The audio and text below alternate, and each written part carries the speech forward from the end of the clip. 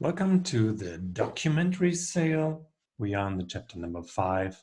It's all about international transportation law. Yeah, what does it mean in the documentary sale? So it depends a little bit the type of contract for sale of goods in which the possession and ownership of goods is transferred to buyer through negotiation and delivery of a negotiable document of title issued by an ocean carrier. So you have to differentiate between the possession and the ownership of the goods, right? We have here the most important document of the international transportation law. This is a document of title, the bill of lading. Title, that means you are the owner. And this document is a negotiable document. That means you can sell this document, and it stands for the ownership. It's the evidence, it's a document of title, so it's the evidence ownership of the good it represents. So the possessor is entitled to possess the goods. For example, these titles are, or these documents are dock receipts or warehouse receipts or bills of lading, right? So this is very, very important. So if we talk about a negotiable document of title, then it is a document, for example, like dock receipt, warehouse receipt, and bills of lading. Okay, and the carrier is the bailer. He's only the holder, not the owner, and of the goods. And the ownership of goods passes with the document. This is so the system we have is this bill of lading, or with all these document of title. And these documents are negotiable. That means you can transfer the ownership of goods to the order of a particular person, effectively passes title to the goods, right? So the ownership of the goods runs with the paper. Yes, but the constructive delivery, we can also call it the real delivery, this occurs when ownership of goods is transferred by the paper documents, which represents the goods, right? So this is another term that's very important here in international business law.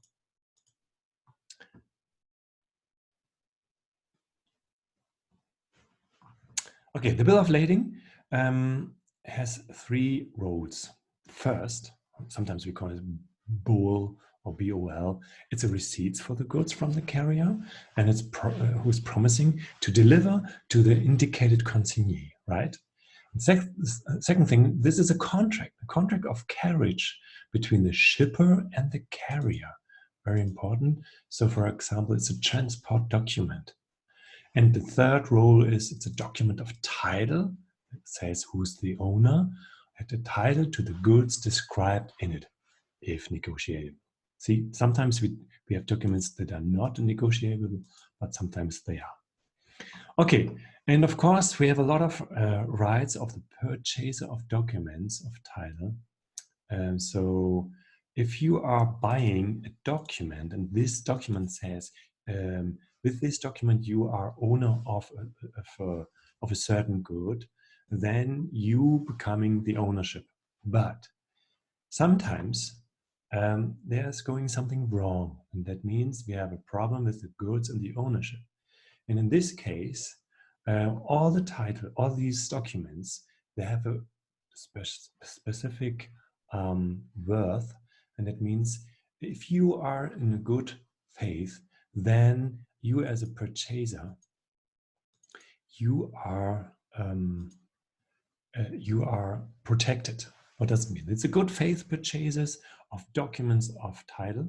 So we have a special protection for purchasers who take by negotiation, and they take free of any advice claims, but only if you're in a good faith. That means you wanted for value, not to settle debt, and you are in a good faith and without notice of antecedent claim or that there's something wrong with the goods, and it's in an ordinary course of your business. But if you're not in good faith, if you know there's something wrong with the ownership, and you buy these documents, you will not get the ownership. Yeah, if you're not a good faith purchaser, then you only take the rights of a transferee, right? You don't have the ownership, then you have to give this then to the right owner. And this is also, in this case, Banque de Dépôt. In this case, there we were seeing some goods were seized. So that means they were taken away. And it's all about the question if a bank is entitled to the goods without the documents. So the documents, the mistake that happened in this case was they were seizing only the tons of calcium silicones, but not the papers. Yes, read the case and then you find out what is the decision. And at the end, you will see the documents control the goods they represent. And if you don't seize the documents and the goods, you have no right to the goods. Okay, this is the case of Bank. And you see it has to do with the seizuring, so, and goods that were shipped. Okay, there's another topic. It's the carrier's liability for misdelivery. So the carrier must deliver goods only to the holder of the bill of lading, right? And that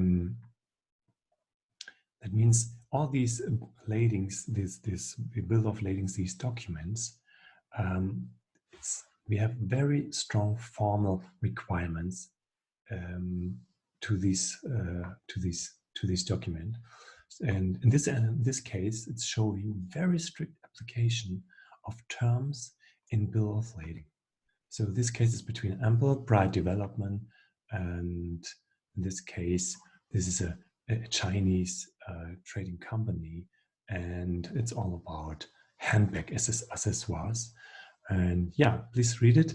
And there was a suing against commies for wrongful release of the goods in contravention of the terms of the bills of lading, because they did not follow what were written in the terms of the bill. Good.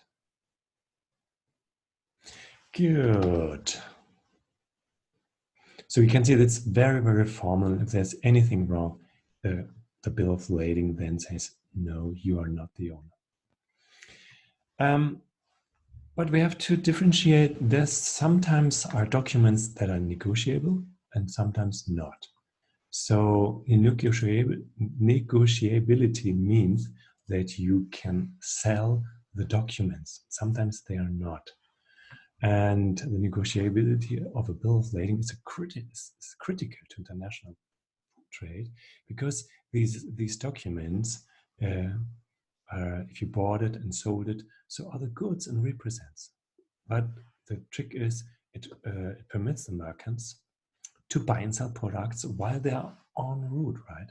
So then you can say, okay, I divide it into different parts, and I sell it and buy. There's still not in your store, in your warehouse, right? They're still on the ship or on the plane. Another party we have to focus on are the banks, right? The finance institutions, the banking institutions, they serve as intermediaries to handle the exchange of documents for payment. That means they have, a lot of times, they have the documents and they collect them and give it from one institute to the next one. The CIF contract is a special contract, and CIF comes from the International Commercial Terms of the Chamber of Commerce from Paris. And this is the edition of 2010. And CIF means cost, insurance, and freight. Seller's obligation are to place the goods on board, pay the freight to destination, and procure marine insurance. And between and after this CIF, so there's most of the time the seller, right, is the name or some yeah, it is the firm. This is a very special contract, so this CIF contract, and we can see this contract, for example, in this little bit old case, but very, very important case. And you have to differentiate normal certificate from inspection and analyze these certificates. What happened here? In this case, under a CIF contract, a buyer has no right to inspect the goods. So let's see again. The seller's obligation, he has to place the goods on board, he put it on board, he pays the freight, and here he has to pay the insurance. But if you now give the bill of lading to a bank, and the bank says, oh, yes, okay, I give to the seller the money because the buyer gave me also the money. So the bank is always in the middle. We can say, yeah, in the middle of this transaction, one side the seller, on one side the buyer. So the buyer gives the money to the bank, and the bank gives the money to the seller, but only if the bank is getting the bill of lading, right? And in this case, the bank said, no, we don't want to give the money to the seller because we had no right to inspect the goods. This is a very old case, so today it doesn't happen again, but it showed exactly how these bills, how these documents are working. So the defendant entered into a contract to sell hops to the plaintiff in London, and they said how much and said everything how it works and so on. And then they found out that the bank was not giving the money. You can see all the details in here. And at the end, the decision was under a sales contract, the buyer has no right to inspect the goods, but is obligated to pay upon the presentation of the proper documents. That means the buyer cannot control what he will get, but if he's getting the bills and the bank, or most of the time, show him here, here are the bills, you can now take the goods, you're becoming owner if you are giving me the money. But a CIF contract under this, you cannot control this. This was so in this contract an issue. And yeah. Good. Another question is how secure are documentary payment terms? And in this case, between Bassa and Self versus Bank of Australia, in this case, you can see that documentary payment terms offers no guarantee the buyer will accept documents or will become insolvent, right?